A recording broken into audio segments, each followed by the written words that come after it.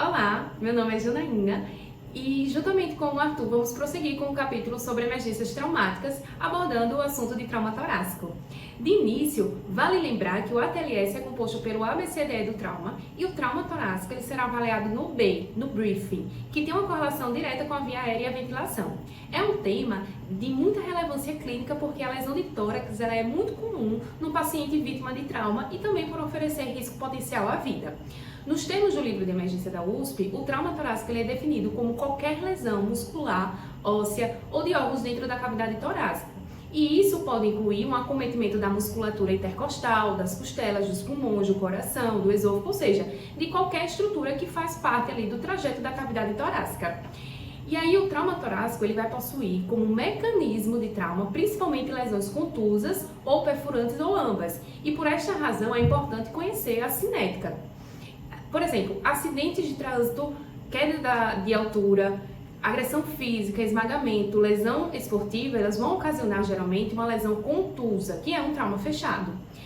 Já as lesões perfurantes, a gente pode citar ferimento por arma branca, arma de fogo, objeto pontiagudo. E nas avaliações primárias é possível identificar os principais acometimentos sem risco de morte imediata, o que não significa que estes acometimentos não levem à morte, leva à morte, mas não se tem um risco imediato, tá? E quais são? O pneumotórax simples, que a gente vai diferenciar mais à frente, o pneumotórax persistente, que é aquele pneumotórax que apesar de terem feito a conduta inicial necessária, o paciente permanece ali com os sinais e sintomas, contusão pulmonar, um hemotórax, e aqui o hemotórax não maciço, tá? Porque se é um hemotórax maciço, ele entra como um acometimento potencial de risco iminente de vida. Lesão cardíaca contusa, uma ruptura traumática de aorta e a lesão diafragmática e esofágica. Já em relação aos acometimentos potencialmente fatais do trauma torácico, a gente pode citar a lesão laringotraqueal e a obstrução da via aérea. O novo ATLS ele trouxe estes dois acometimentos que são avaliados ali na passagem do A para o B. Além disso, o pneumotórax hipertensivo, o aberto, o hemotórax maciço e o tamponamento cardíaco. E esses quatro últimos acometimentos, eles serão abordados a partir de agora.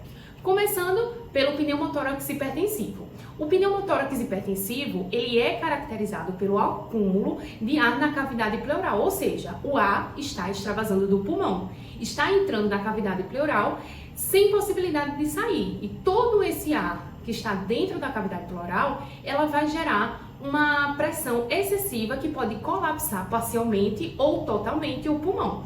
Além disso, esse excesso de ar, ele vai acabar empurrando todo o mediastino para o lado contralateral. E se vai empurrar para o lado contralateral, a gente vai empurrar os vasos da base. E se empurra os vasos da base, a gente reduz o retorno venoso e o débito cardíaco. E se o coração deixa de bombear direito, a gente vai ter choque. Então, devemos guardar que pneumotórax hipertensivo é igual a choque. Tá? Hipotensão e taquicardia inicialmente, que se não for tratada, vai chegar um momento que o coração vai estar tão apertado que não vamos ter nem taquicardia mais. E isso vai ser visto mais à frente. E essa é a diferença entre pneumotórax hipertensivo e pneumotórax simples. No simples, não temos hipotensão, tá? Não temos sinais de choque. O paciente com pneumotórax hipertensivo, ele vai apresentar um quadro clínico bastante característico. Ele vai apresentar sinais de desconforto respiratório, um ataque apneia, uso de musculatura acessória, vai apresentar sinais de choque, então ele vai apresentar hipotensão, uma taquicardia inicialmente e vai ter também uma distensão jugular bilateral, em razão da dificuldade do retorno venoso, como explicado. Então, o fluxo da jugular ela não consegue cair na cava. A gente pode observar também o desvio da traqueia, como explicado, o ar vai estar empurrando todo o mediastino para o outro lado e isso vai levar junto à traqueia. E o murmúrio vesicular, ele vai estar abolido. Na ausculta não temos murmúrio vesicular porque não tem parênquima pulmonar. O parênquima, ele vai estar colabado. E ao fazer a percussão nesse paciente, como a caixa torácica ela vai estar repleta de ar, a percussão ela vai estar hipertimpânica. E também é possível observar uma elevação do hemitórax.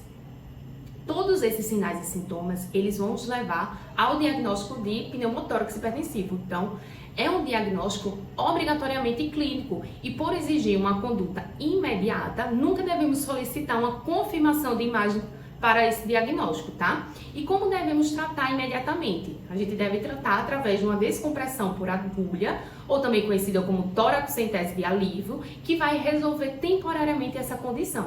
Então deve ser inserido um gel calibroso ali no 4º ou 5º espaço intercostal entre a linha axilar anterior e média, e na sequência deve ser realizada a toracostomia, ou seja, aquela drenagem torácica em selo d'água através da inserção de um dreno de tórax também no 4º e 5º espaço intercostal entre a linha axilar anterior e média. Olá, eu sou o Arthur e vou seguir abordando os principais acometimentos do trauma torácico que são potencialmente fatais. Falando agora sobre o pneumotórax aberto, nessa condição é preciso existir uma lesão aspirativa na parede torácica de pelo menos 2/3 da luz da traqueia. E aí o paciente acometido ele vai respirar e o ar ele vai entrar também pela lesão torácica a cada inspiração feita. Essa lesão também é caracterizada por lesão soprante. Assim, o quadro clínico desse paciente, além dessa lesão citada, o paciente também vai apresentar dor local, desconforto respiratório, taquipneia, sinais de hipóxia, murmúrio vesicular ausente e hipertimpanismo. Vai ser um quadro muito parecido com o pneumotórax hipertensivo. A diferença principal é que no pneumotórax aberto, obviamente, vai haver uma lesão torácica aberta, enquanto no hipertensivo vai ter uma lesão fechada. E aí, para o tratamento inicial desse paciente, deve-se fechar imediatamente o ferimento com um curativo estéril, grande o suficiente para cobrir as bordas da ferida. Pode-se usar qualquer tipo de curativo oclusivo, como base vaselinada, lâmina de plástico, etc. Existem inclusive curativos próprios para fazer esse curativo de 3 pontas. Ele vai ser usado como uma medida temporária, de modo a permitir que a avaliação do ABCDE prossiga rapidamente. E aí, no que consiste a ideia desse curativo? O ferimento ele deve ser coberto por esse curativo, que deve ser mantido fechado em apenas 3 pontas e aberto em uma dessas pontas. Ele tem 4 pontas, vai fechar em 3, como vocês podem ver na figura aqui acima, e vai deixar uma aberta abaixo. E aí, o que é que esse curativo vai fazer? Ele vai permitir a saída do ar pelo orifício, mas ele não vai permitir a sua entrada. Ele fica ocluído quando o paciente está inspirando. E aí, na medida que ele se oclui, permite a entrada pela via aérea superior de forma normal. Um alerta aqui para esse curativo de 3 pontas. Cuidado para não vedar as 4 pontas. A partir do momento que a gente oclui o ferimento, ao fechar essas 4 pontas do curativo, o ar ele vai se acumular na cavidade torácica e vai resultar em pneumotórax hipertensivo. Ou seja, quando você fecha totalmente o curativo, você impede que o ar consiga sair. E aí, esse curativo de 3 pontos, obviamente, é um tratamento provisório, inicial, e o tratamento definitivo vai ser a toracostomia com drenagem em selo d'água. E depois esse paciente vai precisar ser encaminhado para um centro cirúrgico para a reconstrução da parede torácica que está aberta. Então, primeiro vai se fazer curativo de 3 pontas, depois vai se drenar esse tórax em outro orifício, mantido o curativo de 3 pontas, para posteriormente fazer a correção da lesão aspirativa. Passando para o próximo acometimento torácico, agora o hemotórax maciço. O hemotórax maciço, por sua vez, ele normalmente vai ocorrer em decorrência de uma lesão perfurante, embora não seja um impedimento que essa lesão seja contusa também. E ele vai ser definido, a sua definição e o seu diagnóstico, eles andam muito juntas. Ele é definido pelo acúmulo de sangue na cavidade torácica do paciente em uma quantidade maior que 1.500 ml ou 200 ml hora nas próximas 2 a 4 horas após a drenagem. Dessa forma, o diagnóstico de hemotórax maciço só será possível após a drenagem. E aí, esse exame físico, como é que esse paciente vai se apresentar para você na sala de trauma.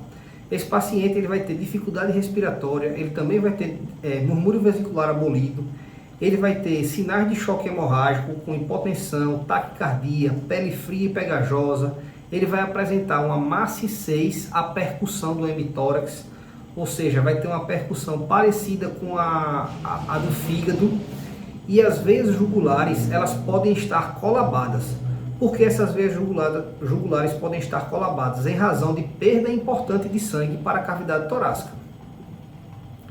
E o tratamento vai ser a drenagem desse tórax para desafogar esse paciente, tirar esse sangue que está na cavidade torácica, permitir a reexpansão desse pulmão, e também deve-se considerar a autotransfusão desse sangue drenado, ou seja, se for disponível no serviço, o sangue drenado pode ser reinfundido no paciente a partir de um tratamento do serviço de hemotransfusão, e também pode ser feita a reposição de hemoderivados, e também é um paciente com indicação de toracotomia, devendo ser levado em consideração a sua estabilidade hemodinâmica para ser feita a cirurgia, tendo em vista que é uma cirurgia bastante agressiva. Por fim, vamos falar agora do tamponamento cardíaco, lesão torácica que oferece risco iminente à vida. O tamponamento cardíaco, ele predispõe uma lesão cardíaca.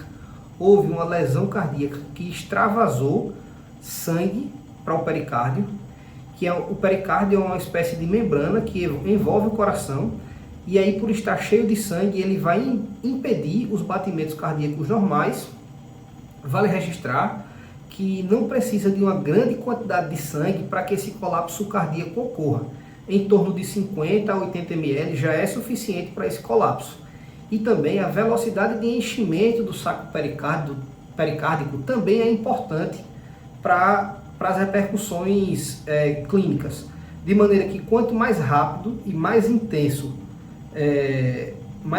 o sangramento para o saco pericárdio, mais intensos também serão os sintomas, tendo em vista que a falta de tempo adaptativo do músculo cardíaco à nova condição posta termina gerando uma dificuldade maior para a reexpansão desse coração, para o batimento cardíaco desse coração. Com isso, o paciente vai apresentar um quadro de choque, um choque restritivo, obstrutivo, cardiogênico, formado pela tríade clínica da tríade de Beck. Essa tríade de Beck é causada com hipotensão, o paciente vai cursar com hipotensão, turgência jugular e abafamento das bulhas cardíacas. Contudo, essa tríade clássica, esses três sinais clássicos, eles nem sempre vão estar presentes em todos os pacientes. Então, um importante aliado no diagnóstico do tamponamento cardíaco é o ultrassom à beira-leito, o FAST, na janela pericárdica, para confirmar a presença de líquido no pericárdio. E aí o tratamento, o emergencista deve fazer a pericardiocentese, através da punção de Marfan. Essa punção de Marfan, ela consiste na aspiração do sangue do pericárdio, introduzindo um gel calibroso abaixo do processo tifoide. E aí essa punção ela pode ser às cegas. É claro que às cegas vai ser um procedimento de altíssimo risco, vai ser uma medicina de guerra, vai ser o último recurso do emergencista. O emergencista também pode se valer do monitor cardíaco, que ao encostar essa agulha no músculo cardíaco haverá uma alteração nesse monitor, indicando o momento de recuar um pouco mais a agulha e realizar a aspiração, ou, na melhor das hipóteses, o emergencista pode fazer essa punção guiado por ultrassom, que é uma possibilidade mais segura de realizar o procedimento. E vale lembrar também que a pericardiocentese não é uma medida definitiva. Ela vai apenas estabilizar o paciente até a possibilidade da toracotomia de emergência, que aí sim será o tratamento definitivo. Com isso, a gente encerra a nossa apresentação, trazendo as principais causas potencialmente fatais do trauma torácico e seus aspectos gerais.